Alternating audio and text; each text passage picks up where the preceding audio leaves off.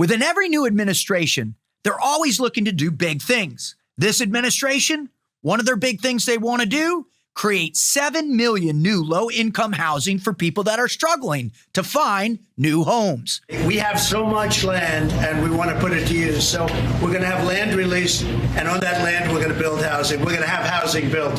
Well, guess what?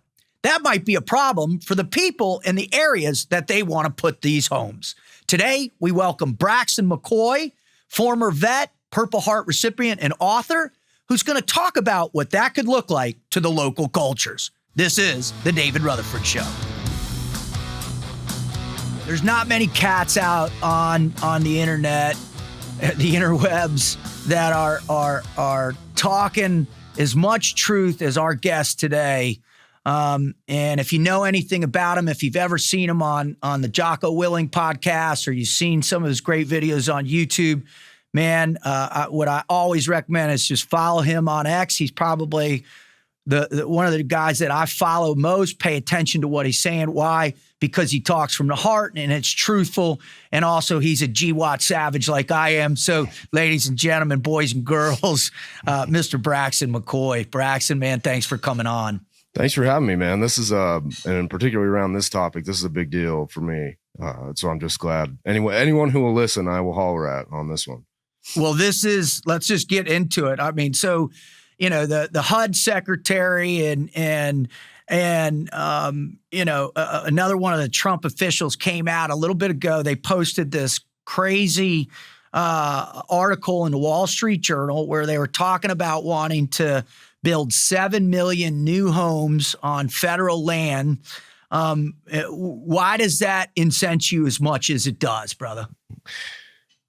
Well, there's a few things at play here. First of all, I just don't want you to ruin the land, for one. And then two, the culture here, I think a lot of people from other states don't realize how fragile these Mountain West states are. I mean, they're high land mass, low population density, right? So, So let's take Wyoming, for example. There's about 500,000 or 600,000 people in Wyoming.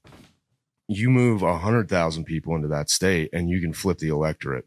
And I don't mean, you know, just at the federal level, locally too. You know, you turn Cheyenne into a tiny version of Denver, and all of a sudden the locals in Wyoming there turn into, you know, it becomes Colorado essentially, like ruled by executive fiat from, you know, this little population center. So that's one. And then two, just culturally, I mean, these are my people. I grew up here. If anything, I am a man of the Mountain West. I mean, it's been my life. You know, this place has been the only life I've ever known. I've lived in two cities, Salt Lake City when I was going to community college, and Ramadi, you know. So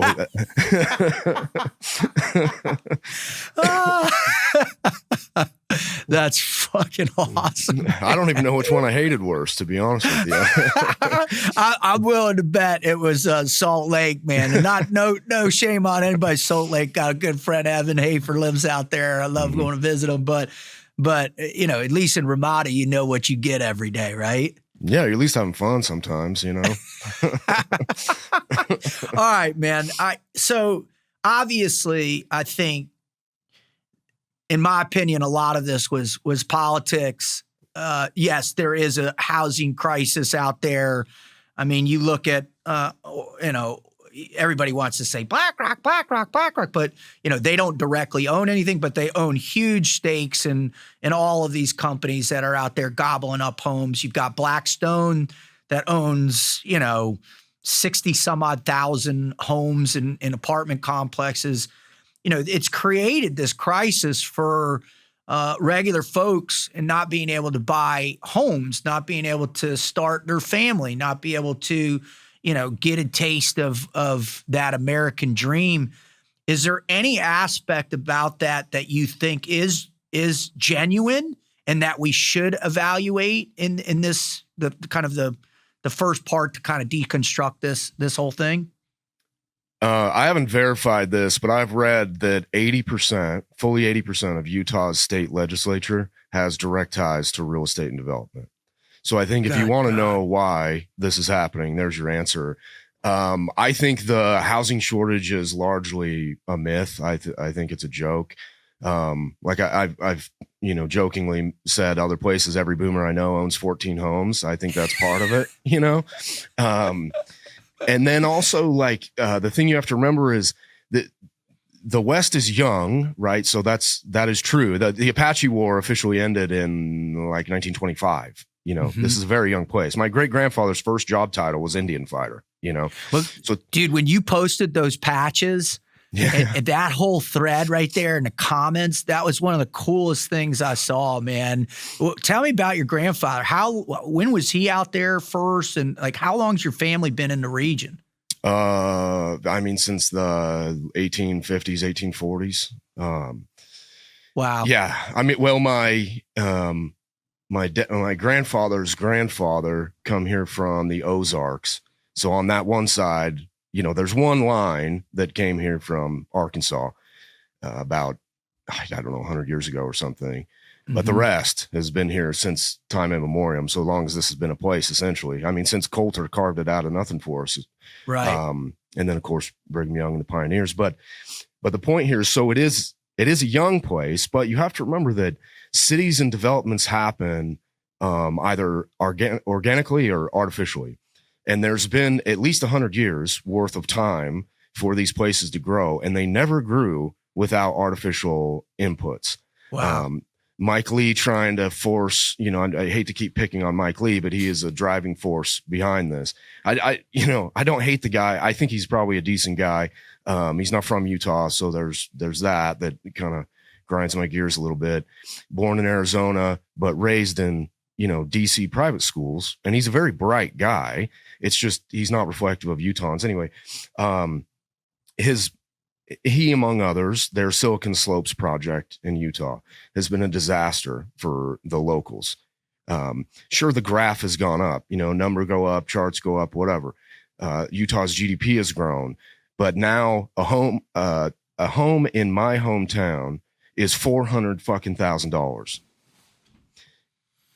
My hometown is 200 people.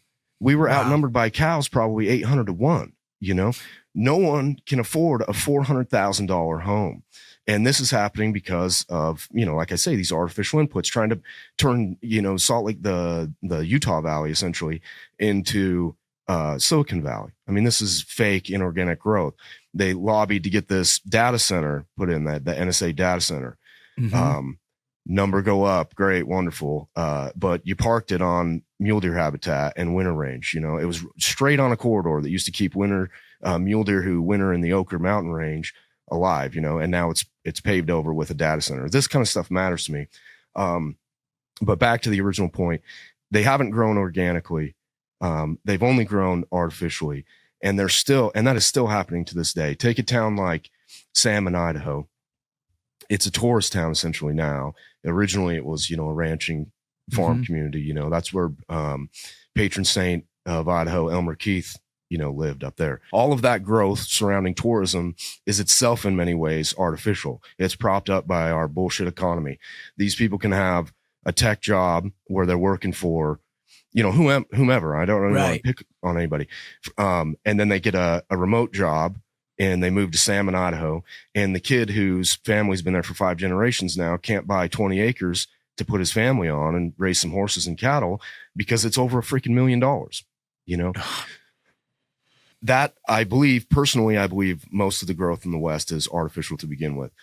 The populations of Utah, Nevada, Wyoming, Montana, and Colorado have all doubled since the year 2000. Which one of those places has gotten better for locals? Not one. Right. Not one. My thing is, when I was a kid, right, and I'm from South Florida, my thing was, all right, we're going out to Colorado. That was the big West. We're going skiing. And my parents loved it so much, they were able to buy a teeny little condo out in Snowmass. Well, for 20 years, it kind of stayed somewhat normal. And then it just shifted. And it made it absolutely completely crazy. And now I hear about like the other crazy is how much, Boca Raton has repopulated Aspen, how much Boca Raton is out in Montana, how much Boca Raton, and it's all these either Southern California, East Coast, Southern Florida. They're exactly what you're saying. They're going out and they're kind of rebranding this place as their new mecca for extravagance without any inclination of the impact. And so you talked a little bit about the impact on natural habitats. You talked about economic opportunities for locals. What are some of the other bigger ideas that you see are going to be catastrophic for the people that are born and raised in these areas? Number one, I care about my culture, right? And so anything that damages my culture, I view as a bad thing. The reason Denver feels like it could be parked in New England, it feels like Massachusetts with mountains now when you go there. The reason it feels like that is because it's filled with people from Massachusetts, right? So I don't want my culture degraded or destroyed. And I particularly hate people, despise, and I know I'm not supposed to as a Christian, but man, do I despise people that come here and spit on the history, the people who made it, like the Mormons or whatever. I'm not a Mormon myself, but a lot of my family is now and was then. And I think it's disgraceful to spin on them. So number one, I don't want to see my culture erased. And I know we're, on the right wing side of politics, we're not supposed to give a shit about this kind of thing. It's just supposed to be graph go up numbers. This libertarianism is a cancer in my view, is what I would say. I care about my culture. Why libertarianism in particular? Because their number go up. Everything, the measure of a good and healthy society is a strong GDP if you're a libertarian, at least so far as I can glean from the outside. And I used to consider myself, regrettably, God forgive me, one of these people. So culture is big to me. I really care. I want my kids to grow up the way I did. In fact, a buddy of mine, we call him Cowboy Scott. He was over here last night. He's a hell of a guy. He used to be a bronc rider. He's been cowboying his whole life, right? And we were talking about how this man's, mid 60s or early 60s, something like that. And we were talking about how when I was a kid, the thing that would often you'd hear at the bunkhouse or at Brandon Penn's, this kind of stuff was, that's the last of the cowboys, they'd point to somebody's grandpa or something. Cowboys are dead. It's over. And then, I turned 40 and somehow we're still around doing this. Right. However, it's getting damn close, It's getting real close. I live in about as Western a place as you could possibly live in. And every kid I've tried to hire to come ride colts for me has quit because it's too hard. Eventually they get bucked off one time and they're done. And so that culture is dying. It really is. And it makes me very nervous because it's a powerful thing. But I would argue it more pragmatically when I was talking about flipping electorates. The Mountain West is basically a firewall, or has been. It's not a lot of electoral votes, but they're reliable. Well, you flip Idaho, Montana, Utah, Colorado's already gone. Arizona's, it went from red to purple to probably blue in the span of about 20 years. Right. You flip all those, you can't win a national race again. Forget it. It's over. I feel the same way. I think that's intentional. I think it's 100% what the whole thing.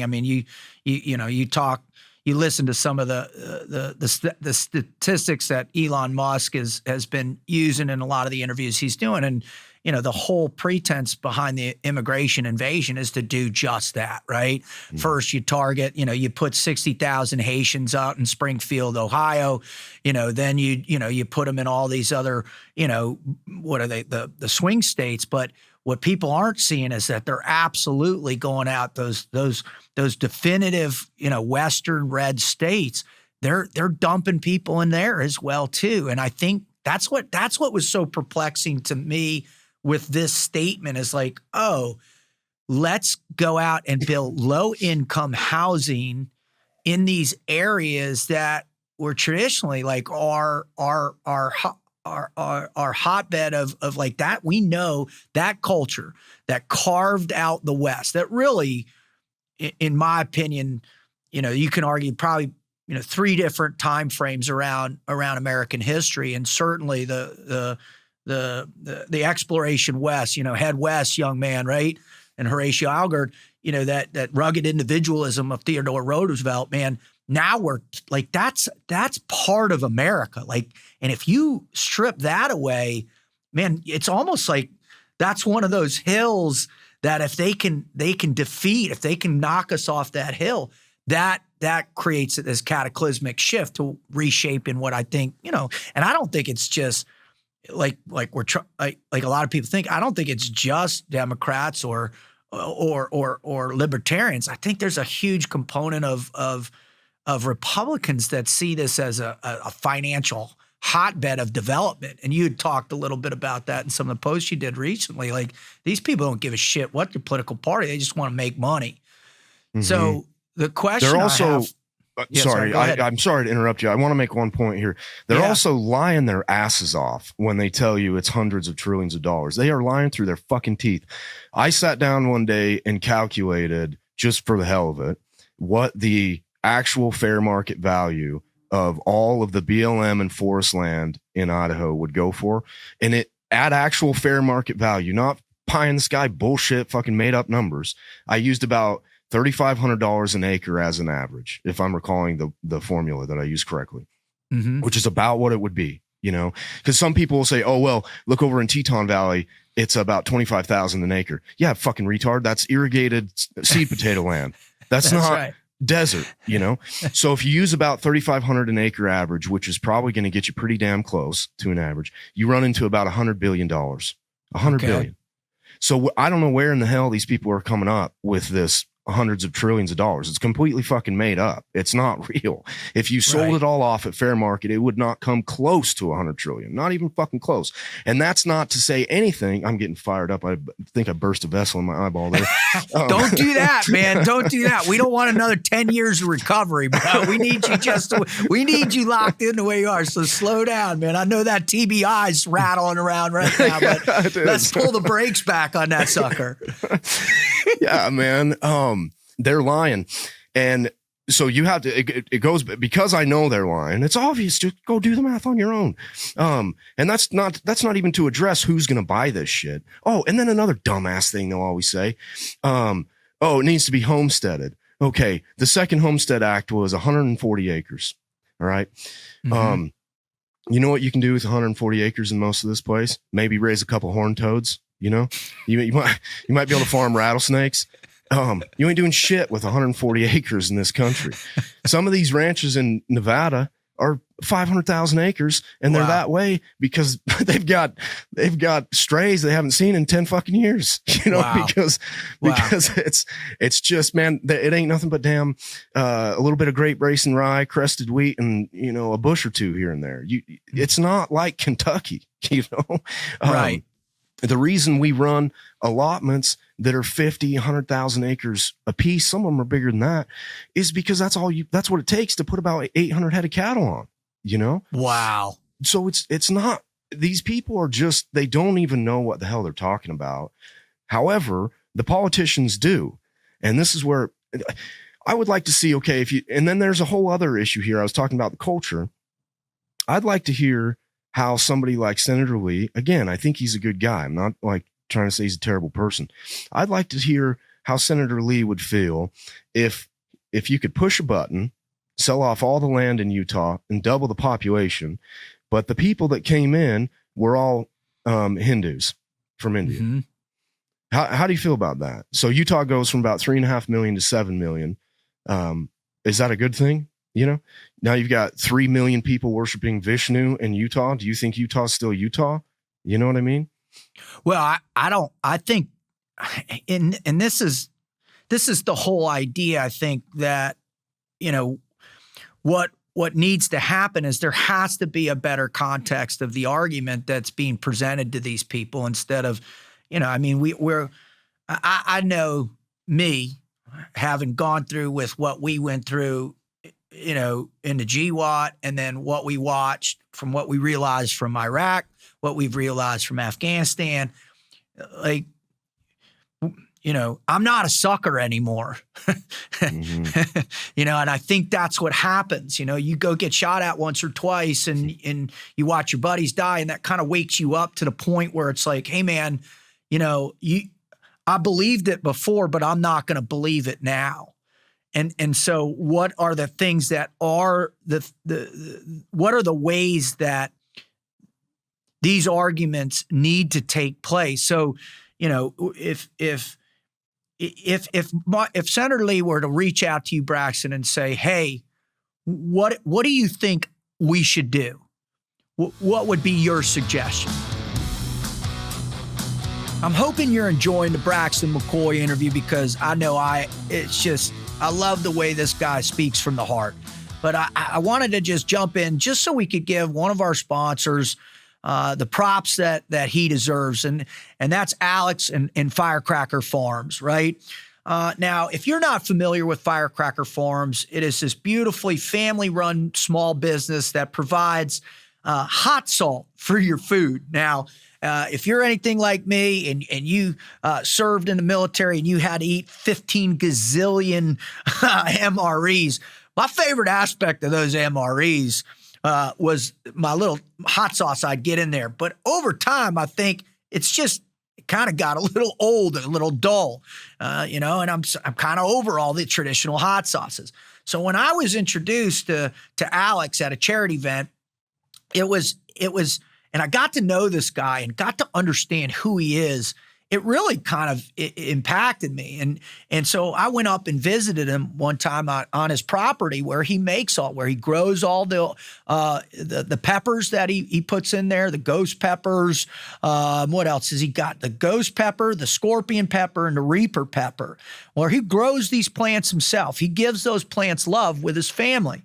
And when I went up there, the coolest thing I saw were his beautiful children out there working with him. Right, they were tending to the plants. They were in the packaging area where they were making the boxes and putting the shakers. They were putting salt in the shaker together. Right, they just were all integrated into this beautiful business, and it really made me feel like, man, how awesome would that be if we had more families out there starting businesses together to really grow and to get that sense of community and just that entrepreneurialism. That alone should be one of the primary things we're trying to inspire young people out there today. And Firecracker Farms, they do that. And that's why I'm so delighted to have them as a sponsor on our show. If you like your food hot, like I do, especially my eggs, my 3 eggs every day, man, I break out that hot one and I spray it all over there in those beautiful shakers. And it's not only do I love it on my food, but it gives me that warm and fuzzy in my heart to know that I'm supporting a small business with great people. And that's what we should do more of in America. So go to firecracker.farm and punch in for your code, your promotional code, RUT, RUT15. That's RUT15 to get your discount on your hot salt shakers. All right, hoo-yah. If Senator Lee were to reach out to you, Braxton, and say, hey, what do you think we should do? What would be your suggestion? I've spoke to him in his office in DC. I don't think he likes me very much, but one of the things I would say is just stop touching it, because I don't want you to touch it. And my culture and my land and my heritage is not an asset on a fucking balance sheet. So that's my starting point. And I know that from his point of view, this is like nativist protectionism, whatever words they want to throw at me that they think are pejorative, I will just proudly wear. So, okay. So there's a starting point. Yep. As far as like what to do with this housing problem. Well, in 2023 to 2024, the vast majority of population growth in Utah was driven by international migration. So there's a starting point. Shut that faucet off. Okay. Yep. Let's start there. But he doesn't want to do that. He wants to pay off developers. He's constantly talking about And don't forget that this man originally tried to sell the Lands Act in Utah, saying that it was to preserve the land, right? Because they weren't going to sell it off, And I was like, oh, bullshit. You've been trying to sell it for my whole freaking life. Well, and then as soon as that failed, he just flipped and now it's selling it again. It's like, well, you were always trying to sell it. But so anyway, start with cutting off international migration, both illegal and legal. I do not care what labels they pin on me anymore. I don't want one more damn immigrant in this country until we can figure out what in the hell is going on. And I would like Tom Homan Airways to get rid of about 50 million, Oh, and on that 2023, 2024 number, that wasn't just Utah, by the way. That was America as a whole. Wow. Yeah. And our birth rate, crazy. Dude, our birth rate is in free fall right now. Yeah. So what they're arguing is, well, our country is going to die if we don't bring people in. And my argument would be, okay, so it either dies of like a civilizational suicide on one hand via birth rate, or it dies because you just turned it into India. That's like, right. What's the difference? It's dead. It's dead either way. And I would also argue that besides the hedonistic, again, I make no, I hide nothing here. I'm a Christian, but I would argue that this hedonistic bullshit culture of 14 bodies by the time you're 25 years old and all of this stuff is part of the problem. It's a big part of the problem. But another thing that's driving this nihilism is because these kids are watching themselves be replaced. They're watching it happen. And they're being conditioned to believe it's a good thing. Mm-hmm. That's what kills me. That's what kills me is like, wait, and again, it's real easy to go and point the finger. Well, this is going, and this is going, and like I look at the way my kids are being taught, and I look at the way American history is being taught to them too, and it's shocking to me. And so every time I said, all right, what are you studying in history? And they come back and, the Chinese are responsible for building the railroads. And I'm like, oh, okay. Or you know what, the American pilgrimage west, all they're responsible for is killing Native Americans. And I'm just like, you start to go, wait a minute. All right. So when's the part where, oh no, these people actually built the foundation, not only of how to survive in these places, right, but how to make it useful and how to contribute to the culture of what America became known as, right? I mean, I don't give a damn. In my generation, when you growing up, what do you want to do? You want to play Army Man, and you want to play Cowboys and Indians, right? Yeah. And I grew up in the most tough place on the planet. So like it was even more meaning for me to want to pretend that I was part of this, this savage culture out there that grinded it out in the midst of the Wild West, man. I mean, that's what was inspiring to me. I mean, I think it was a major component for me wanting to serve, for me believing in America. How do we re-engage this younger generation and get them to say that they do get knocked off that coal and to pick them up and say, all right, get back on, son. Like, What do you think? What do we do? You have to do it in your house first. But more broadly, I would say we need to just reinvigorate. We already have enough myths. We just need to reinvigorate them. Kids need to know about Daniel Boone and David Crockett. And they need to know about guys like Oliver Loving and Goodnight. And I saw a grown man the other day, and I'm not picking on him, but he made a comment to me. He said, well, Idaho Falls in Montana and from Idaho Falls became that way because of people like Gus and Woodrow from the movie, right? Or the book. The novel's really fantastic. But that was patterned off of Goodnight and Loving, and that was from South Texas to New Mexico through Comanche and Apache country, right? They didn't go to Montana. That's a movie, man. You know, I'm not saying nobody did it, but Right. that largely the cattle industry was going for a while anyway, was going to railroads from the north southward and from the south northward, right? So anyway, the point of bringing that up is to say we've got grown men that don't know their myths, you know, and these people are real. John Coulter is a real guy, you know. I mean, he's neater than hell. He came out just to choose one, John Coulter. This guy signs up for the Grand Expedition with Meriwether Lewis and company, right? They go out and have what could be argued one of the greatest adventures that any men have ever in been history. on. I mean, it's an incredible story. He goes out, does that, gets back to St. Louis and goes, you know what? I'm fucking going back over there, you know? So he gets one dude and goes up to Blackfoot country in Montana. And for anybody who's not from this area, the Blackfeet were like our Comanches. They were killing SOBs, man. They were not messing around. So he goes up there with one other dude and, you know, traps all these beavers, and he's coming back with their boats full of beavers. And these Blackfeet are standing on the side of the river. And they say, hey, come over here, buddy. And Coulter decides to paddle in.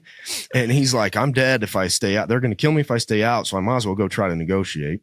Yeah. His buddy says, piss off. Piss up a rope. I'm going to stay on my boat. And they kill him. So he watches his buddy die. And then they strip Coulter naked. And they say, okay, here's your chance to get away. They pick, you know, how good can you run? And he's like, I can't run for shit. And they're like, well, run anyway. You know, he lied. He actually could run real good. But so he runs, takes off, you know, and he runs until his nose is bleeding. That's how exasperated he is. And then this Indian catches up to him, trips, breaks his lance. Coulter picks up the broken lance, kills the Indian that was trying to kill him naked. All this with his pecker flopping naked, you know, and then he jumps in the river and hides in a beaver dam. You know, he swims up into a beaver dam, hides. He can hear these Blackfeet going around him all night, you know, circling, looking for him. Waits that out. Can you imagine how effing cold a freaking beaver dam would be? Holy, you know. So he hides in there. And then he gets out and he hikes his ass to, you know, the nearest army outpost. And then, you know, is back in civilization this way. Then this crazy son of a bitch goes to St. Louis and he rounds up 18 more guys and goes back. And then they all get killed. And he finally says, you know what? I've had enough. I need to check myself on. Yeah. So the myths are there. We just need to teach them to our kids. I would argue if you ask somebody in our generation to define, just in single words, define an American, they're going to use stuff like, you know, self-reliance and, you know, hardworking and this kind of, all of those parts of what we use to define American as were born out of the pioneers in the frontier. It was not the revolution. Not that the revolution wasn't important. We defined ourselves out here. And so we just need to teach this stuff to our kids. That's what we have to do. But you can't teach them to be proud of themselves when they go to and their ancestry, when they go to kindergarten and some whale with green hair and a fucking septum piercing is telling them that their grandpa was a racist asshole who killed Indians, you know? You can't. That doesn't work, man. I think that that contradiction is just ripe for all kinds of conflict. But the way I feel about it now is I'm about done with it though. Like my whole thing is, and even, man, even just the legends of our friends coming out of what we went through over the last, 20 plus years, even those have been, almost muted, and those have been erased, or those have been, throttled, if you will, via online expression. Even just those. So like guys like Jocko that have these great interviews about the Mac V SOG guys, or the stuff that Sean Ryan's doing with bringing on dudes who telling their life history about how they were inspired to, allow that innate courage in them as men to come out and join these units and go do this, have these adventures, not in our lands, but overseas now. Man, even that, you can see like there's a gravitational pull from this young consciousness that's out there. They just don't know where to redirect it. They don't know, well, what do I do to go reinforce this? Do I join back in the military and go to some war in Ukraine or in Iran, whatever they're going to flare up next? Or where do I go? So, what do you tell them, Braxton? What do you tell the young men you cross paths? Because I know you're willing to do it. And I know, I've seen the way you talk online and almost as this trying to provoke those thoughts. So, where do you tell a 16-year-old kid right now how to go man up? As far as the should I join the military question, I'd say if you're even asking yourself whether you should or not, probably not.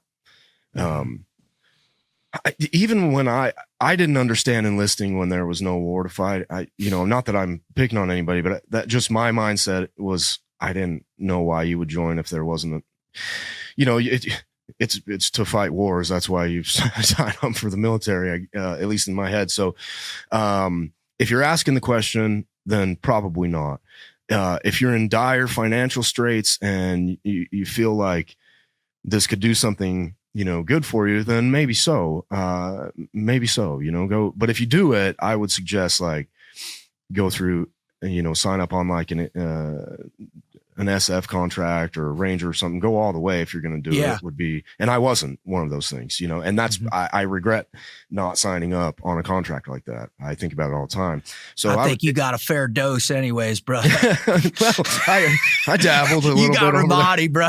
I mean, you got, you signed up and you got the full gambit, brother. Yeah. Yeah. I got a little over there, but, as far as how to man up, I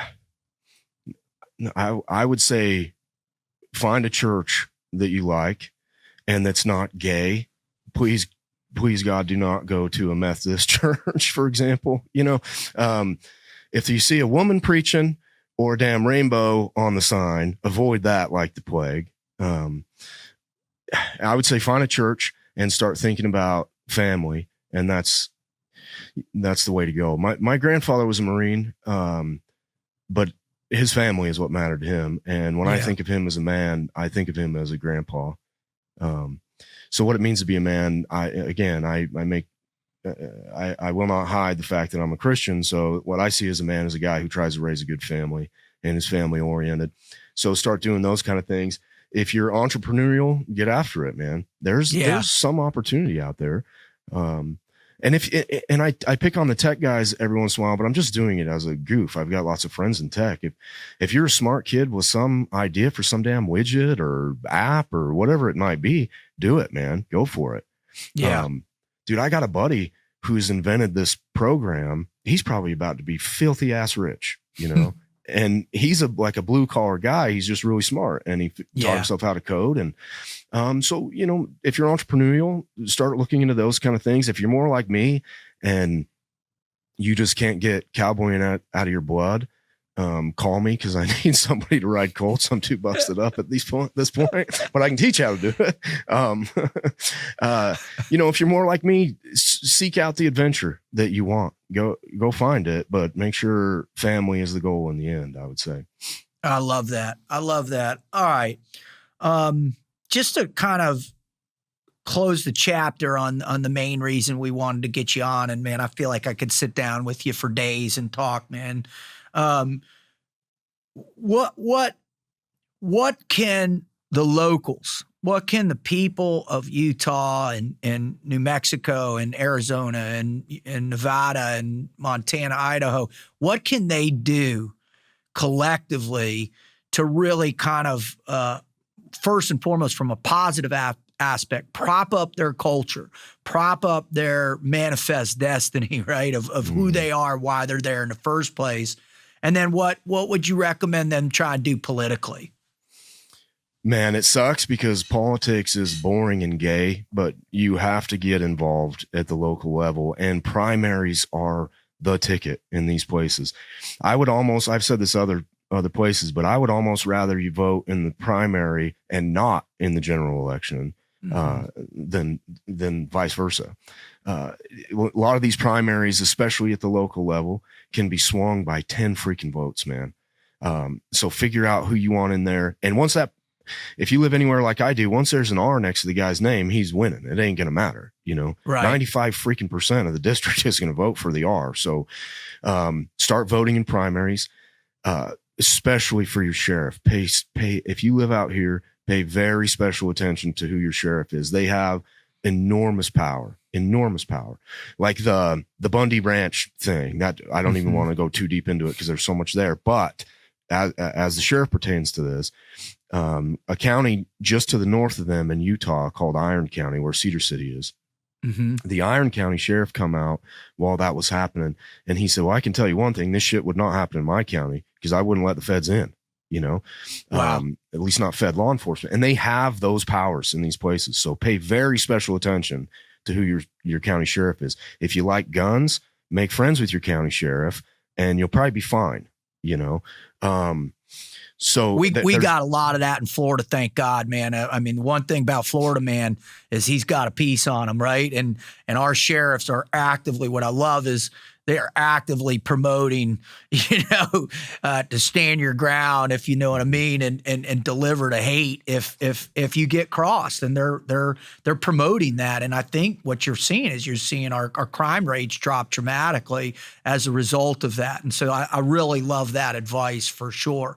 What's go figure? Like, I got one more I got to say. Yeah. Sorry to interrupt you on that. No. I'm sorry for interrupting you. But this one's really important for people in the West. If you can get on your planning and zoning board, get on your fucking planning and zoning board. Because if they want to put a damn microchip factory in Idaho Falls, the planning and zoning board has to approve that. So if you can get on there and be like, no, we're not going to approve this because we don't want 25,000 people brought in here from California. So get on that if you can. Sorry, I didn't. No, that's absolutely genius right there, man. I love that's sound advice. It's actionable advice, and it really is powerful. I think we kind of wrapped it up right here. Obviously, we're gonna talk a little bit more for Patreon account after we hang up here, but where can people pay attention to you? Where can they obviously go get your book, The Glass Factory, which, man, I'm really looking forward to reading that. I'm downloading it as soon as we hop off here. Where can they find you, Braxton? And what do you got coming up that's important for you and what your initiatives are? BraxtonMcCoy.com is where you can get the book. I have an Instagram, but I don't really use it. So X is the easiest place to find me, but I might irritate you, so be forewarned. No, I'm telling you, it's in my top 5 favorite accounts to follow, bro. It was crazy. I don't know how I got linked to you, but it's like all of a sudden I saw it, and it's just like you're spot on, man. And you do it, and you don't have to go on these crazy thread or 25 threads, man. How succinct you are, and how it's piercing, man. When you light people up there, for sure, dude. Thank you. Yeah, and it's such a privilege to have you on, and I just really thank you a lot. Oh no, thank you, man. And if you're in the Mountain West, we just stood up a Mountain West news show, my buddy Patrick and I. So you can listen to that. It's called Rocky Mountain Radio, wherever you get your podcasts. Sorry. Awesome. Rocky Mountain Radio, and all you got to do, Braxton McCoy, Rocky Mountain Radio to file for sure, man. Awesome. Well, again, dude, I thank you so much. And if I see the next issue pop up, man, I just would really love to have you come back on. I love your wisdom. I love the way you think. And most importantly, I love how proud you are of your culture. It's critical for us. Thanks, brother. Anytime. I hope you enjoyed that interview. Just loved having him on the show. I think it was so awesome. But we got to take a little break for a sponsor or an advertisement, I should say. And what we're advertising for you is our Patreon account. Now, I just want to give a shout out to Xavier and Jack for being our first 2 subscriptions on there. We can't thank you enough. We really appreciate it. All right, what are you going to get when you come to our Patreon account? Not only are you going to get all of our shows, all the content we're producing, our clips, the full show, but you're going to get extra special. So everybody we interview, we're going to do an extra Patreon specific, a part of of the interview. And then once we start getting some feedback from y'all, we're going to actually read your questions, and hopefully you're going to write in, tell us your story. If you have a great news story, a great story about your life and accomplishments, performance, achieving something, or just something about your family or a hero or some vintage hard person, we'll bring you on and we'll do an interview and we'll post you on our Patreon account. All right. And if the interview is awesome enough, we'll actually bring you on the regular show to the whole world. But you'll also find I'm going to do quarterly motivational live events with Q&A sessions for all my Patreon subscribers.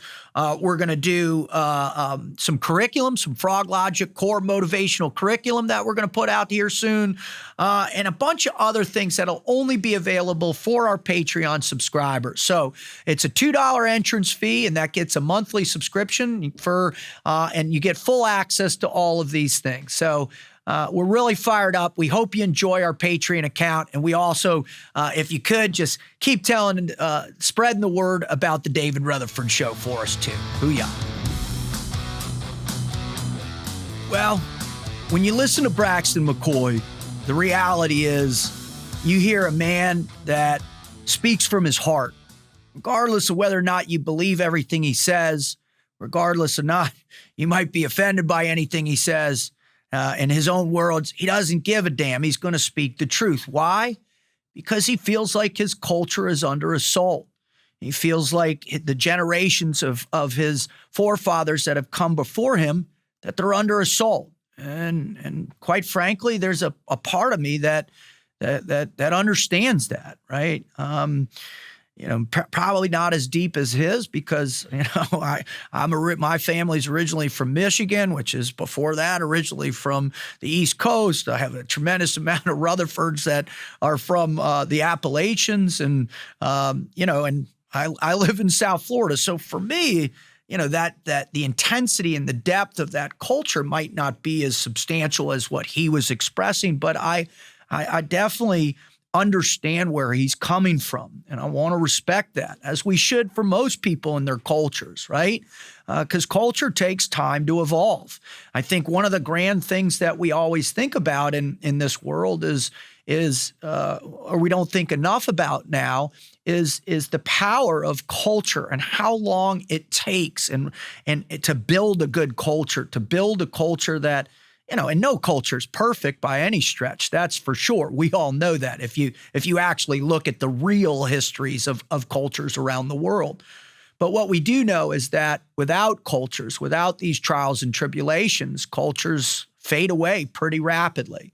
And if you look at the whole concept behind this federal lands approach to relieve the impact of how expensive housing is and how difficult it is for young people and people that don't particularly have the most marketable skill sets, how come they can't go into new homes? How can't they be homeowners? And if when we look at the last fiasco that took place under the political drive to make sure that everybody should own a home, right, back in Dodd-Frank, and where that got us, right, into the housing crisis of the subprime fiasco.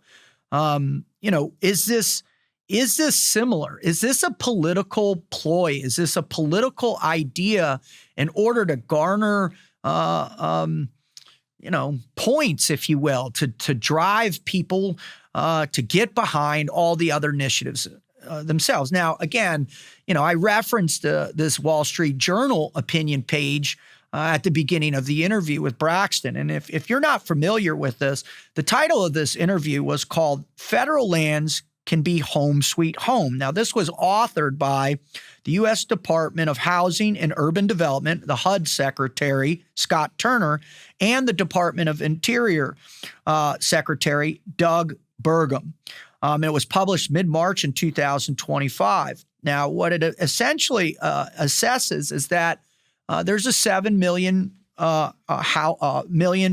shortage in affordable homes from people.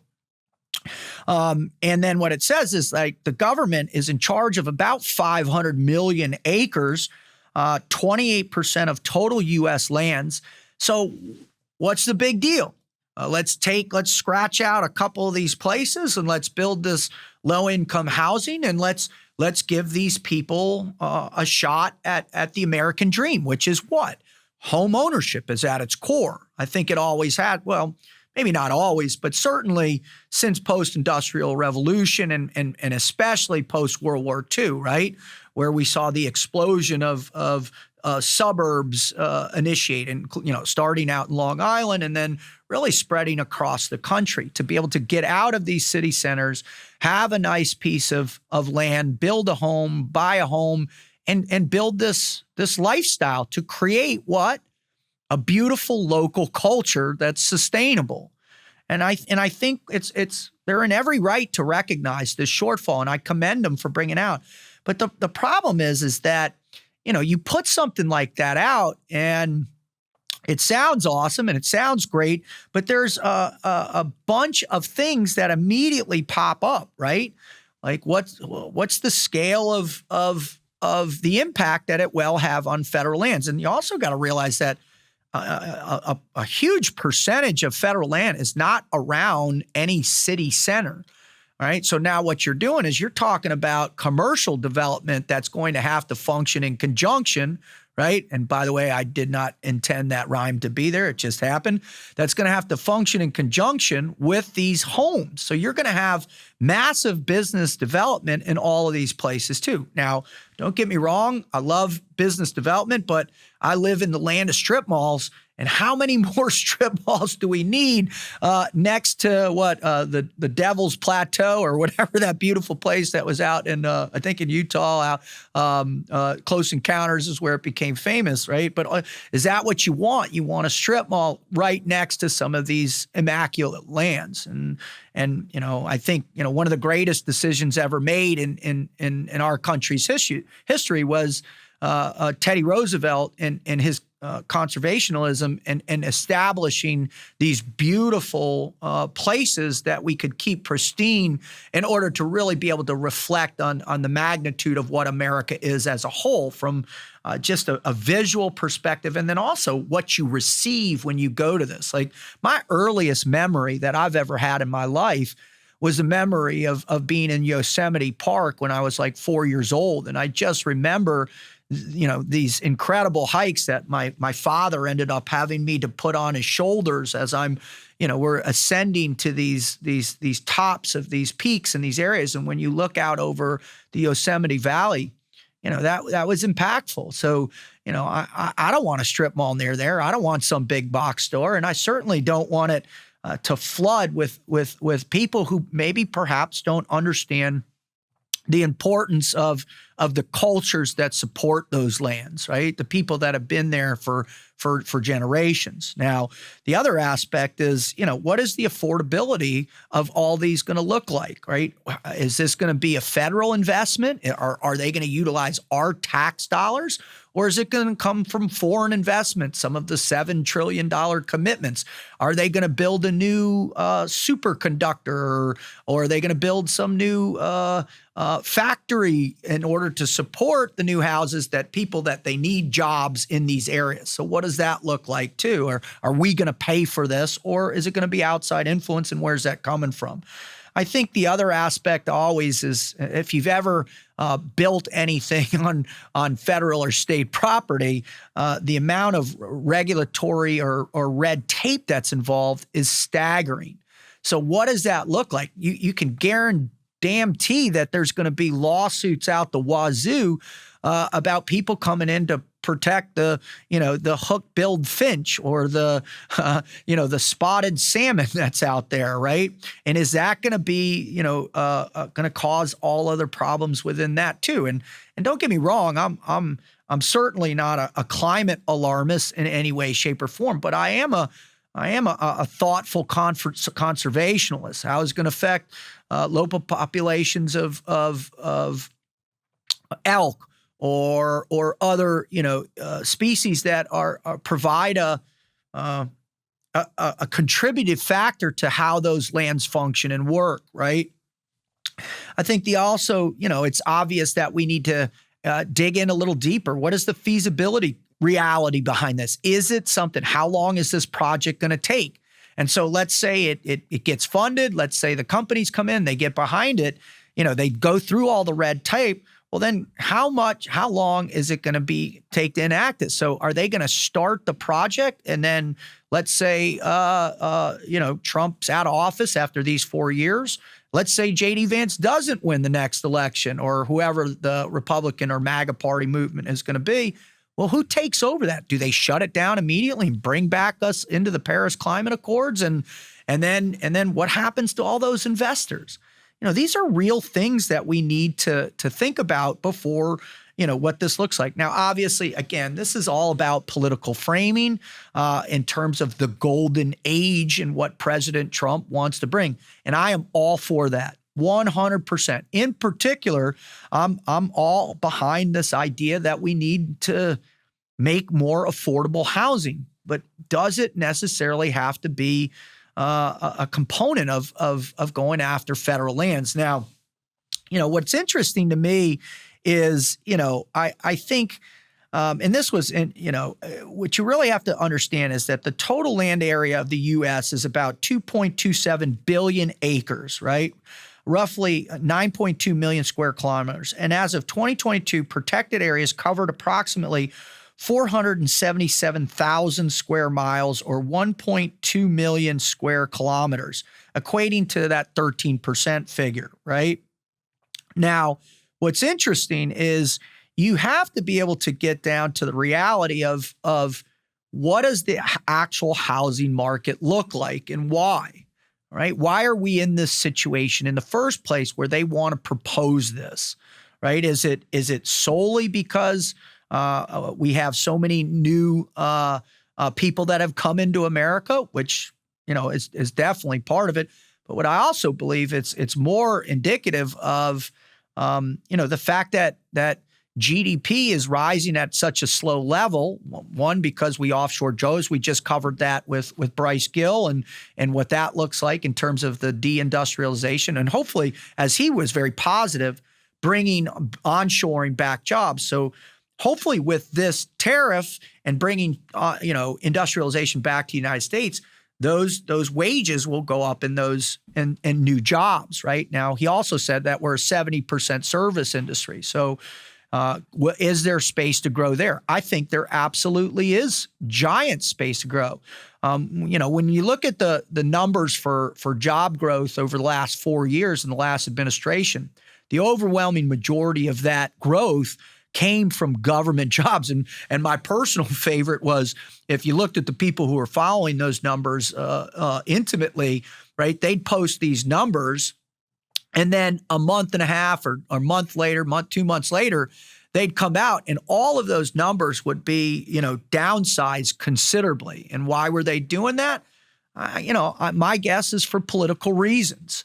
And a lot of those most of those numbers came from job growth within the government sector.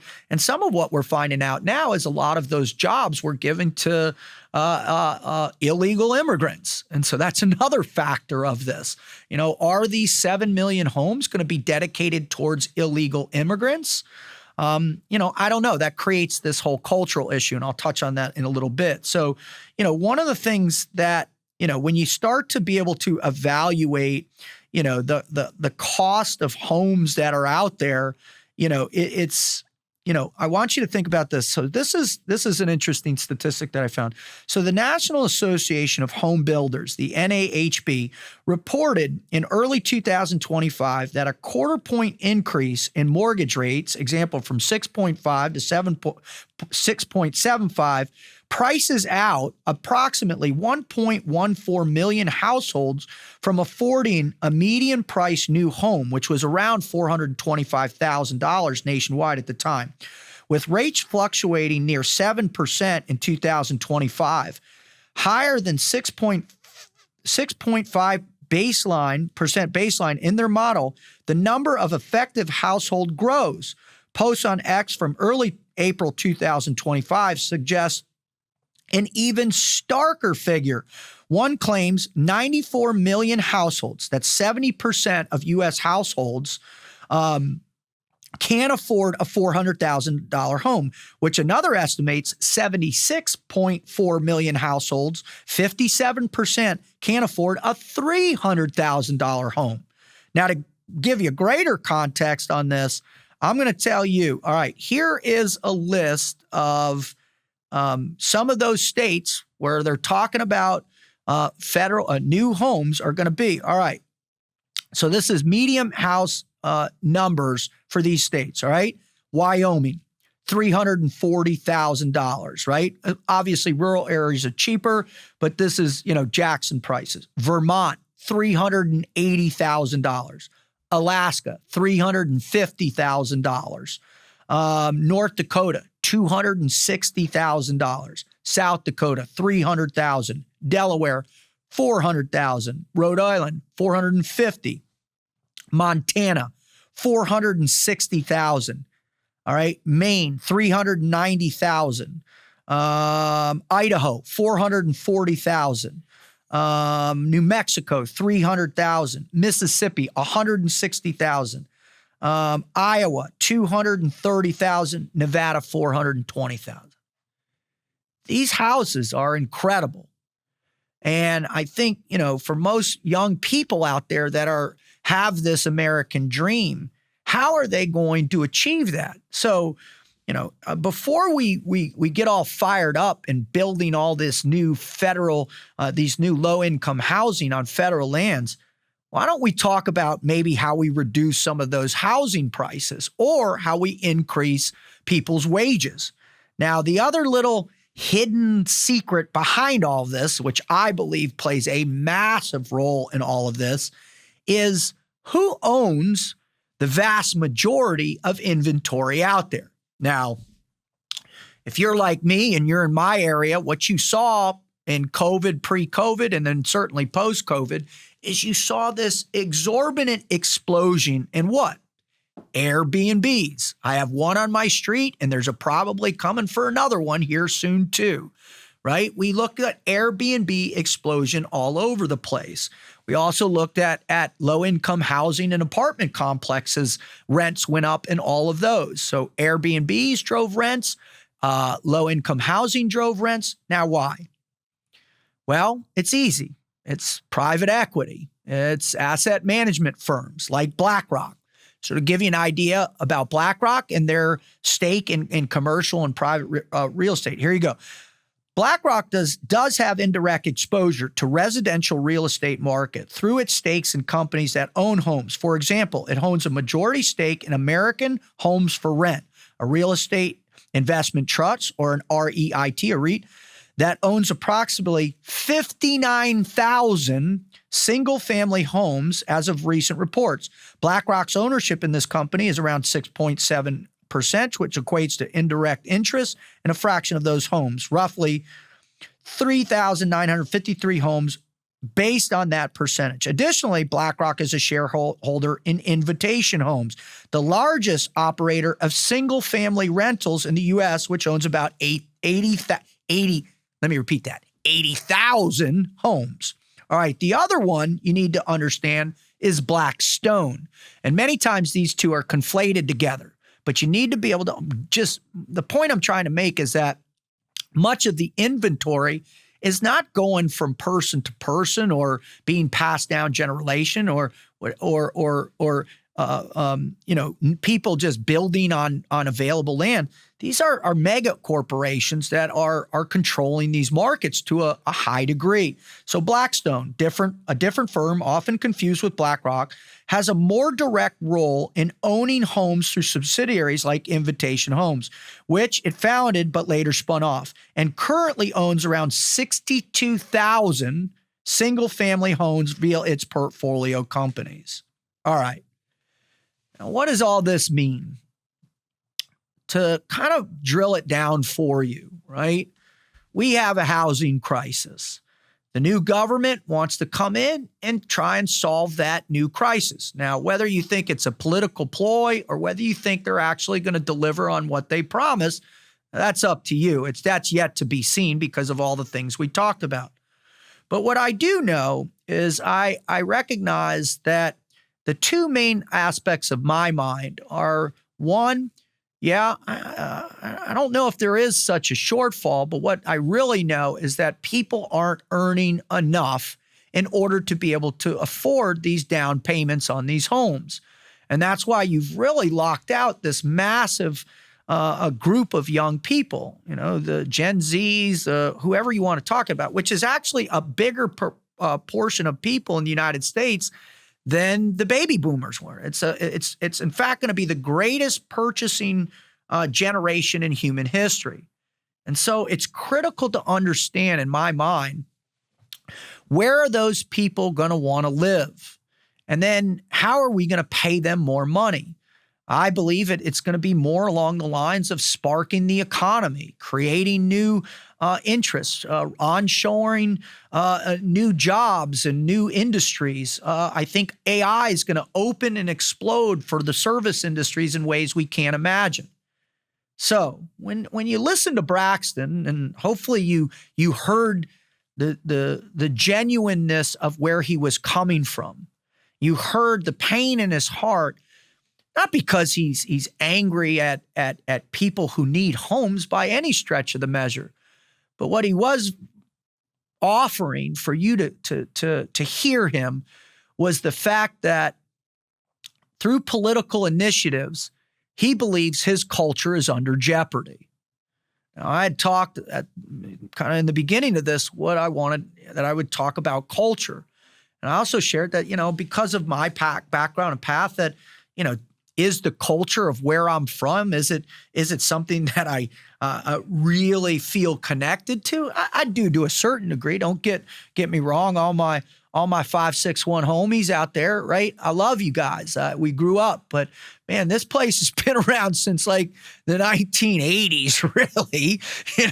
So the depths, my kids, dig it here, but it's not like they're willing to go to battle for our culture here.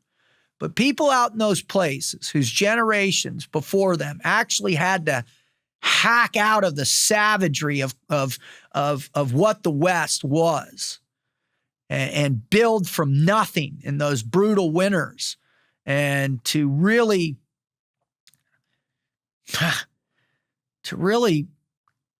cut out an existence from the savagery of what it meant to live back in those days. Man, we have to adhere to that. We have to acknowledge that. And I genuinely believe that culture is something that we want to protect in people. So that's all I have to say about it. I hope you understand where I'm coming from. I hope I've been succinct enough. I hope I've given it some common sense and a little bit of critical thinking to it. And I hope you'd enjoyed my little rant there. Thank you.